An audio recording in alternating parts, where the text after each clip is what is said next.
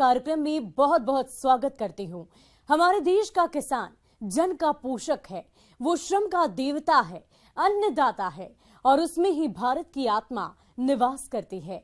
ऐसे ही किसानों की प्रगति के लिए हम खेती बाड़ी से जुड़ी बहुत सी नई लाभकारी जानकारियां हर रोज सुबह आपके लिए लेकर आते हैं।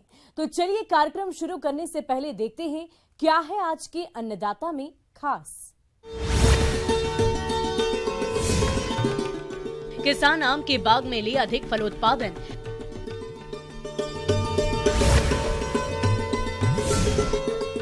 सिंचाई सिस्टम है किसानों के लिए लाभकारी।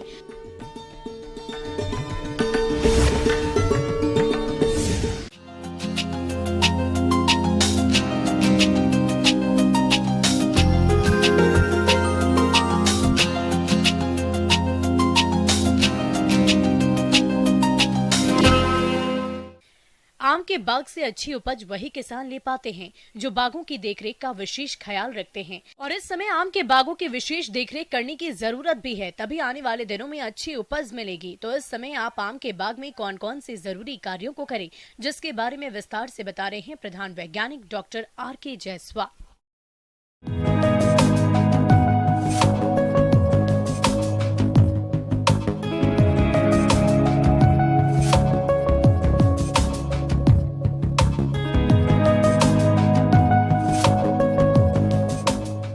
किसान भाइयों, जैसा कि आप सभी जानते हैं कि कुछ समय पश्चात हमारा जो आम है वो फूल आने की तैयारी में, हमारा जो बगीचा है वो तैयार हो रहा है।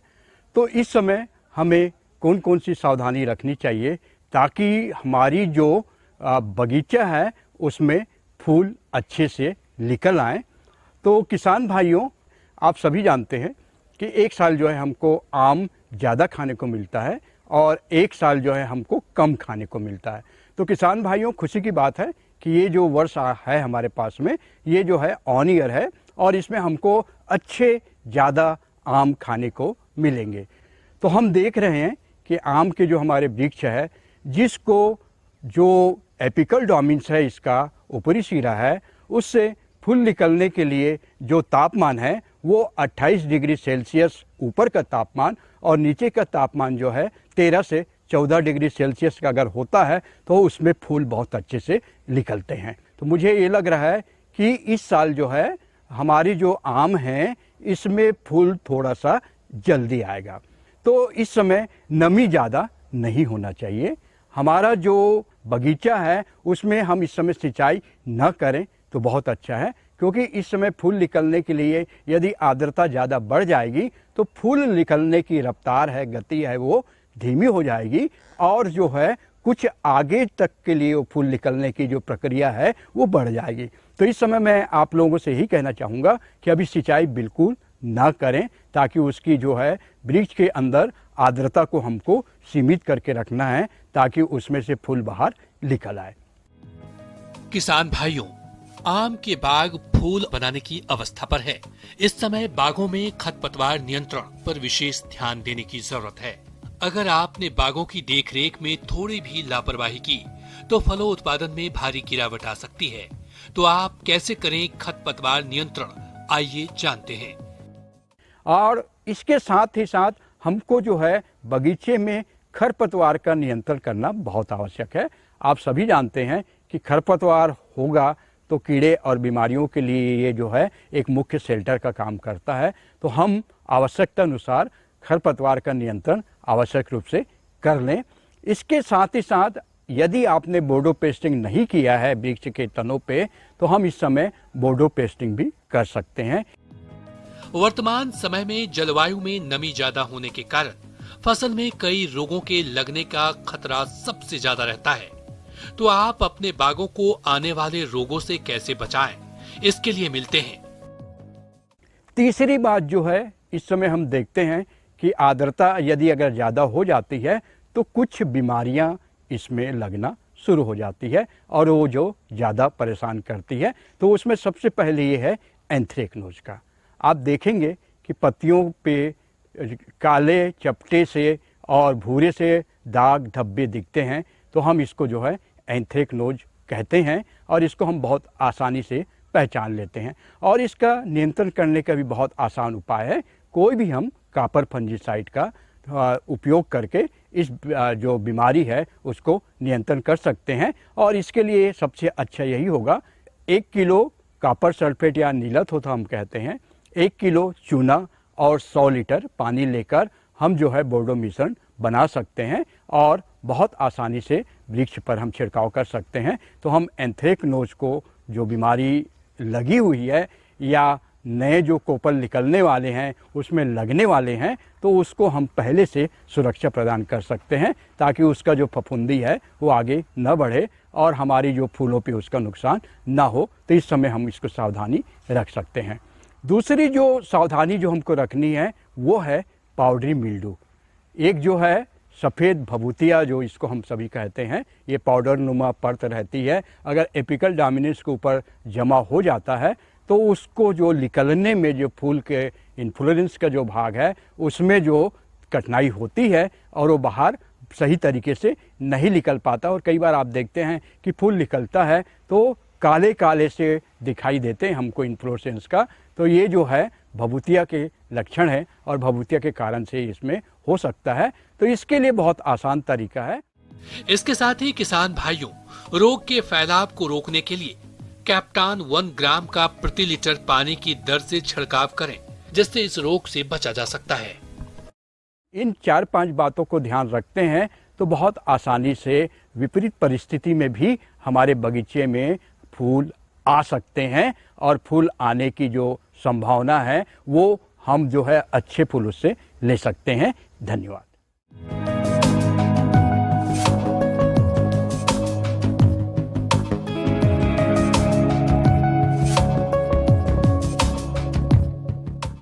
किसान भाइयों, अब लेते हैं एक छोटा सा ब्रेक।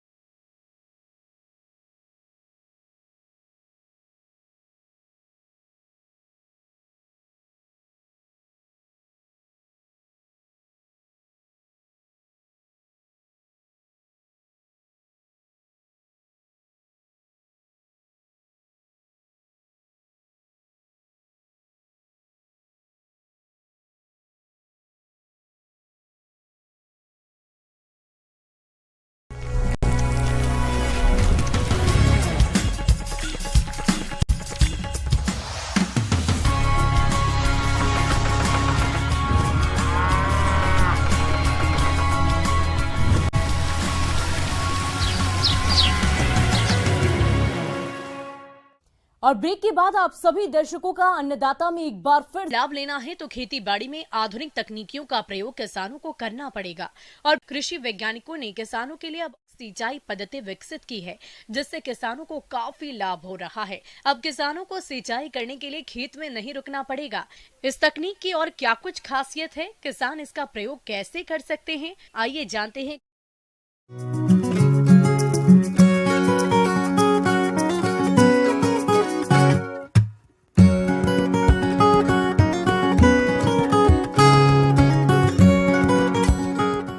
जैसा कि हम आज चर्चा करना चाहेंगे कि दिन प्रतिदिन पानी की कमी हो रही है और चाहे हम पीने के उसमें उपयोग करें या खेती में उपयोग करें, वहाँ पे पानी की उपलब्धता कम हो रही है और भूजल स्तर दिन ब दिन गिरता जा रहा है।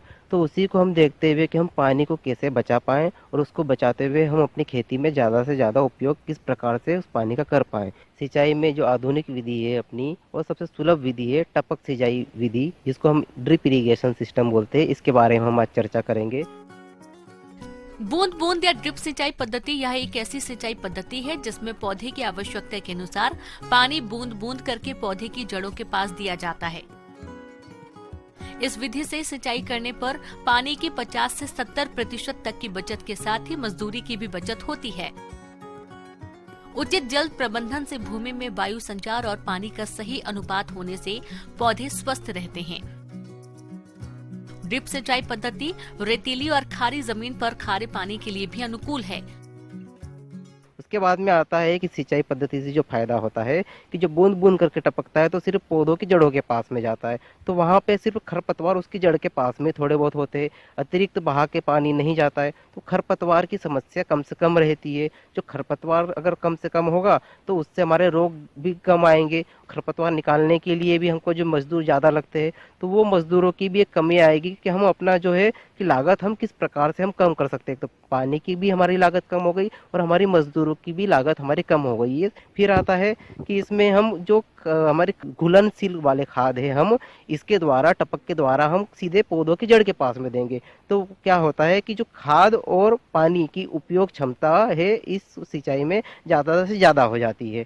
जब हम बहा के पानी देते हैं तो रोग क्या होता है कि एक फसल से दूसरी फसल में चले जाता है, तो वो क्या है कि बूंद बूंद करके जब पानी टपकेगा तो रोग ग्रसित पौधा सिर्फ एक ही जगह रहेगा और उसमें हम आसानी से उसका नियंत्रण भी कर सकते हैं, चाहे हम दवाइयों से करें या किसी और जो जैविक या रासायनिक से इनसे हम बूंद बूंद करके अगर देंगे तो वो सीधे पौधों की जड़ के पास में करके उसका रोग नियंत्रण कर सकते हैं। ये एक चीज फायदेमंद इस सिंचाई में है। पौधों की जड़ के पास लगातार नमी होने से दीमक की समस्या नहीं होती है और खरपतवारों को पनपने का मौका नहीं मिलता है। लवणीय एवं ऊंची नीची भूमियों में बिना समतल किए बराबर मात्रा में सिंचाई कर सकते हैं। इस विधि से सिंचाई करने से भूमि का जल स्तर नीचा रखकर भूमि को सेम से बचाया जा सकता है। ड्रिप इरिगेशन में टपक सिंचाई पद्धति में क्या क्या चीज़ें होती है, कौन सी चीज़ कहाँ पे लगी रहती है, इसके बारे में हम आपसे चर्चा करते हैं। कि सबसे पहले मुख्यतः ये रहता है कि पंपिंग यूनिट रहती है, हेड यूनिट जिसको बोलते हैं, उसमें पंप सेट आ जाता है। फिर उसके बाद में आता है कि एक जो कुछ वॉल लगे रहते हैं हमारे, जैसे नॉन रिटर्निंग वॉल लगा रहता है, एक बाईपास वॉल लगा रहता है, एक वेंचुरी रहती है, ये हम लगाएंगे। मेन लाइन हमारी मुख्यतः रहती है कि फिर उसके बाद में आता है सब मेन लाइन, उप मुख्य लाइन आती है। फिर आता है हमारा उप मुख्य लाइन के बाद में लेटरल आती है। फिर इसके बाद में आता है हमारा कि एक ड्रिपर आता है, जहाँ से कि वो ड्रिपर लेटरल में लगे रहते हैं और वहाँ से बूंद बूंद करके पानी टपकता है। तो ड्रिपर किसान भाइयों को बताऊंगा कि दो प्रकार के रहते हैं, एक ऑनलाइन रहता है, एक इनलाइन रहता है। तो जो सब्जी भाजी की खेती कर रहे हैं वो किसान भाई इनलाइन का उपयोग करते हैं कि जो कि कंपनी से बना उसके अंदर आता है, उसमें हम ऊपर से कोई छेद नहीं करते।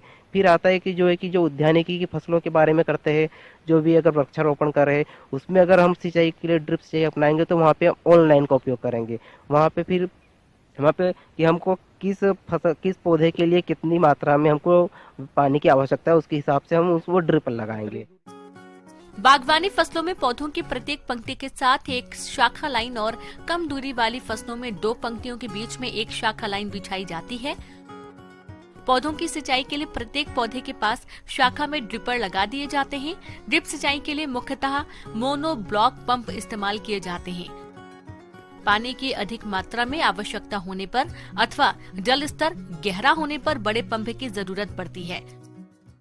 आपसे बात करना चाहेंगे कि इस प्रणाली में इसकी देखभाल भी एक महत्वपूर्ण है। इस प्रणाली में जो प्रेशर की एक बात है कि दाब हमारा इस प्रणाली में कितना होना चाहिए, तो वो दाब के लिए हमारे जो पाइप भी रहते हैं वो उन पे लिखा भी रहता है कि कितने प्रेशर का ज़्यादा से ज़्यादा वो झेल सकता है।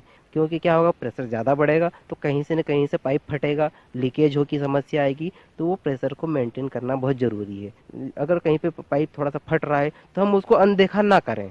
तो जहाँ पे लीकेज हो रहा है या जहाँ पे कहीं पाइप फूट रहा है तो उसको हम उसी वक्त उस समस्या का हल वहीं पे करें और उसको उस लीकेज को वहीं पे बंद कर दें। जब भी चालू करें हम प्रतिदिन ये हम देखें कि हमारे ड्रिपर में पानी सही से आ रहा है, यानी किस ड्रिपर में पानी कम आ रहा है, ये हम देखते रहे। इस प्रणाली में जब हम ये खाद और उर्वरक दें तो हम इसको खोल के 5-10 मिनट चला के अच्छा पानी जब तक नहीं आए तब तक हम चलाते रहें और फिर वापस से इनको बंद कर देंगे।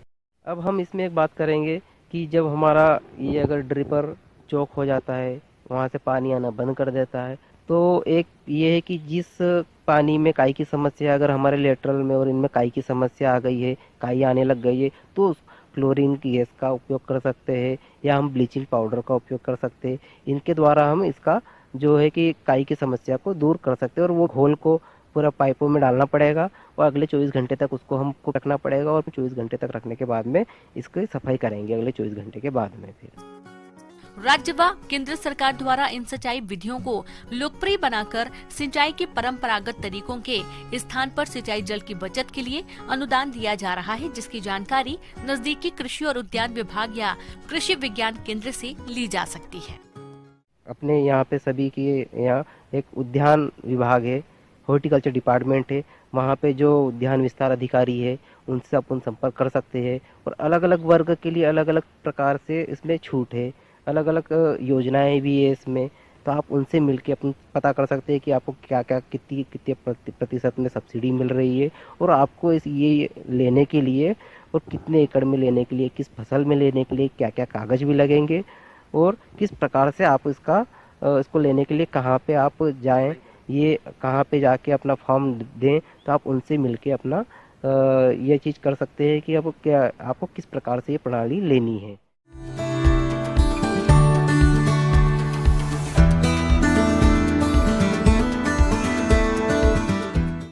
आगे और भी है खेती बाड़ी से जुड़ी बहुत सी रोचक जानकारियां। कहीं नहीं जाइएगा, रुकेंगे एक छोटे से ब्रेक के लिए।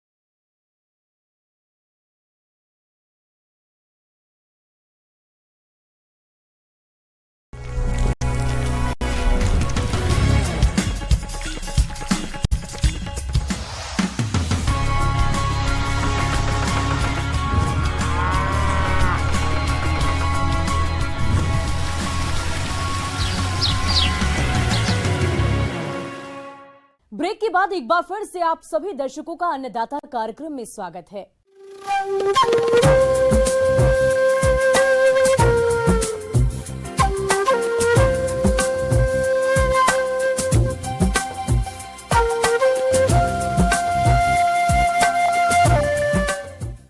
मौसम विभाग की रिपोर्ट पर साप्ताहिक कृषि सलाह कुछ इस प्रकार है।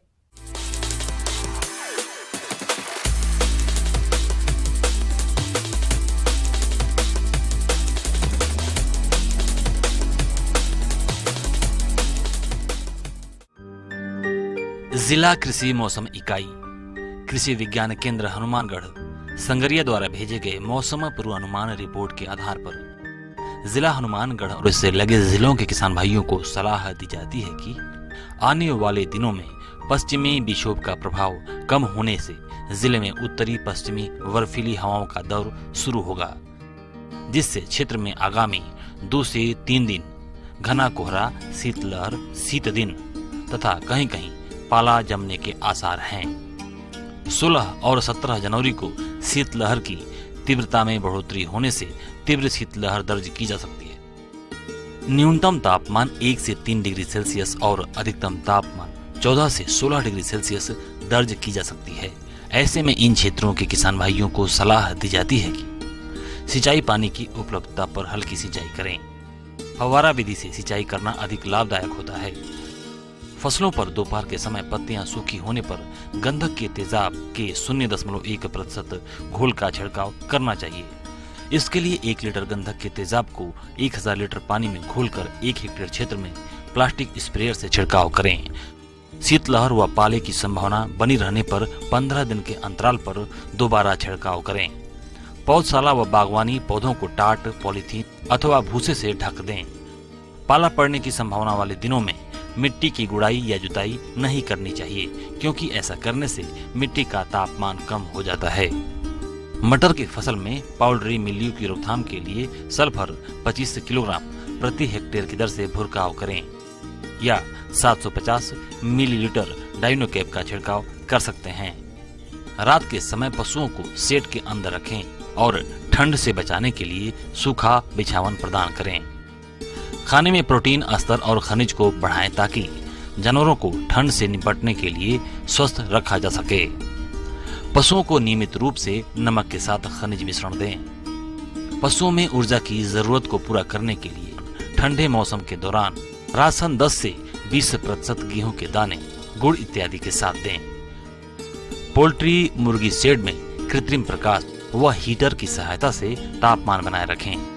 इसके अलावा पक्षियों को ठंडी हवाओं से बचाने के लिए शेड की साइड की दीवारों पर बोरी या प्लास्टिक के म्यान के पर्दे लगाए जाने चाहिए और बिस्तर सामग्री को 6 इंच बढ़ाया जाना चाहिए।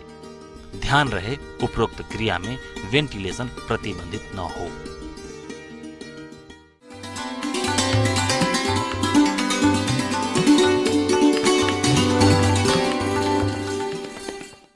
आइए जानते हैं अन्नदाता निःशुल्क फोन के माध्यम से पूछे गए समस्याओं का समाधान।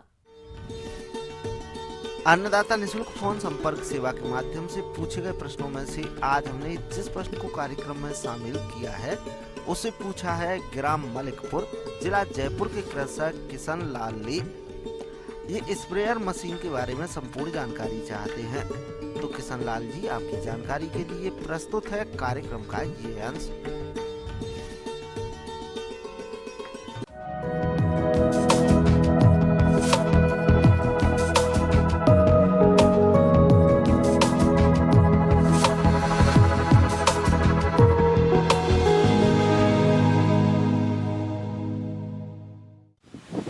जैसे कि आप लोग जानते हैं कि कीट प्रबंधन बहुत ज़रूरी है और उसके पोषक तत्व जो हमारे पौधा को और जो हमारे हॉर्टिकल्चर क्रॉप जो होते हैं उसको बहुत ज़रूरी होते हैं। तो उसके लिए कौन कौन सा मशीन है जैसे हम लोग यूज कर पा रहे हैं, जैसे स्प्रेयर और डस्टर मशीन।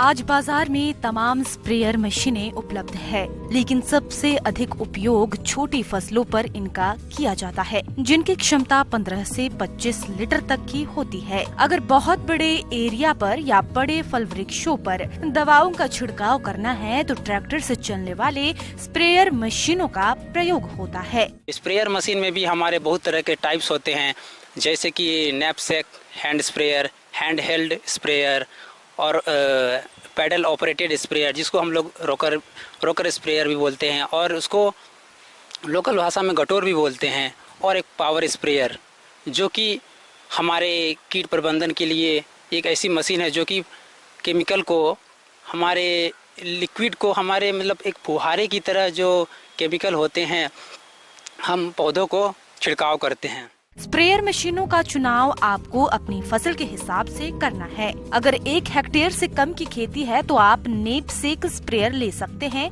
ये मैनुअली और बैटरी चलित होता है। इससे एक दिन में 1 हेक्टेयर की फसल पर छिड़काव किया जा सकता है और एक आदमी बड़ी आसानी से इसका प्रयोग कर सकता है। इसकी कीमत 2000 से लेकर 3000 रुपए तक है। कम एरिया वाले किसान राकर स्प्रेयर भी ले सकते हैं। इसे प्रयोग करने के लिए 2 लोगों की जरूरत पड़ती है। इससे एक दिन में 1.5 हेक्टेयर की फसल पर स्प्रे की जा सकती है। इसकी कीमत 4000 से लेकर 6000 रुपए तक होती है।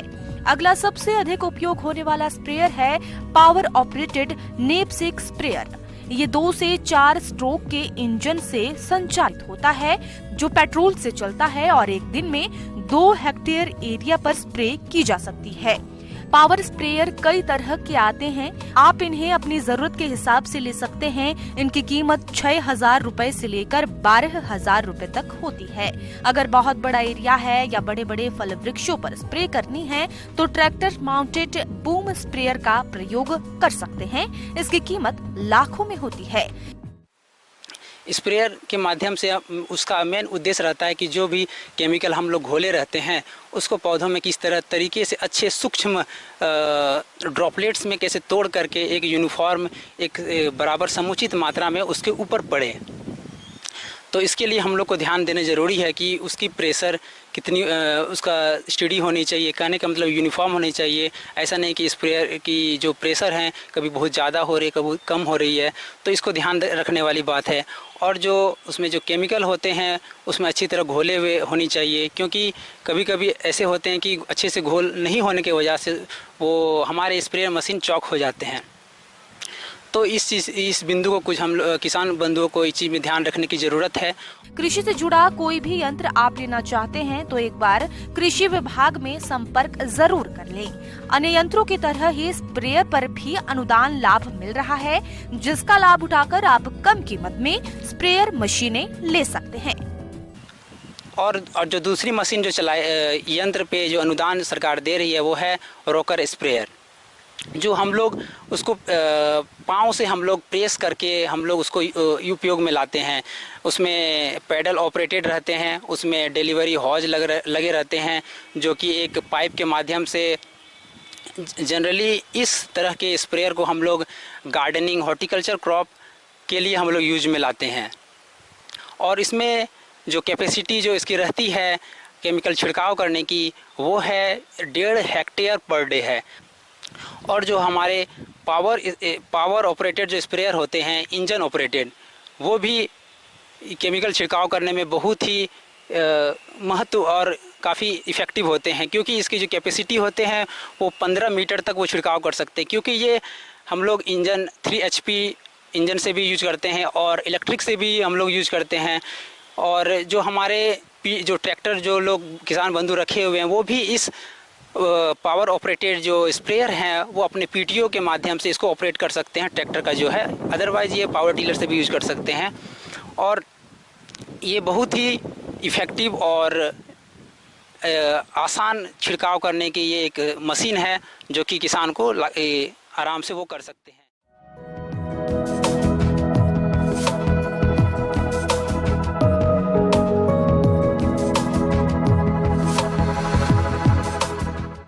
किसान भाइयों, कृषि संबंधित समस्या और सुझाव के लिए आप हमें इस पते पर संपर्क कर सकते हैं। प्रोड्यूसर अन्नदाता news 18 Rajasthan, Ramoji film city, Hyderabad 501512। साथ ही आप हमें ईमेल भी कर सकते हैं। हमारा ईमेल है p18annadatarajasthan@nw18.com। इसके अतिरिक्त आप हमें निःशुल्क हेल्पलाइन नंबर 180088921663 पर सोमवार से लेकर शनिवार सुबह 10 बजे से शाम 4 बजे के बीच संपर्क कर सकते हैं। और अब समय हो रहा है आपसे विदा लेने का। कल फिर होगी मुलाकात कृषि से जुड़ी महत्वपूर्ण जानकारियों के साथ। नमस्कार।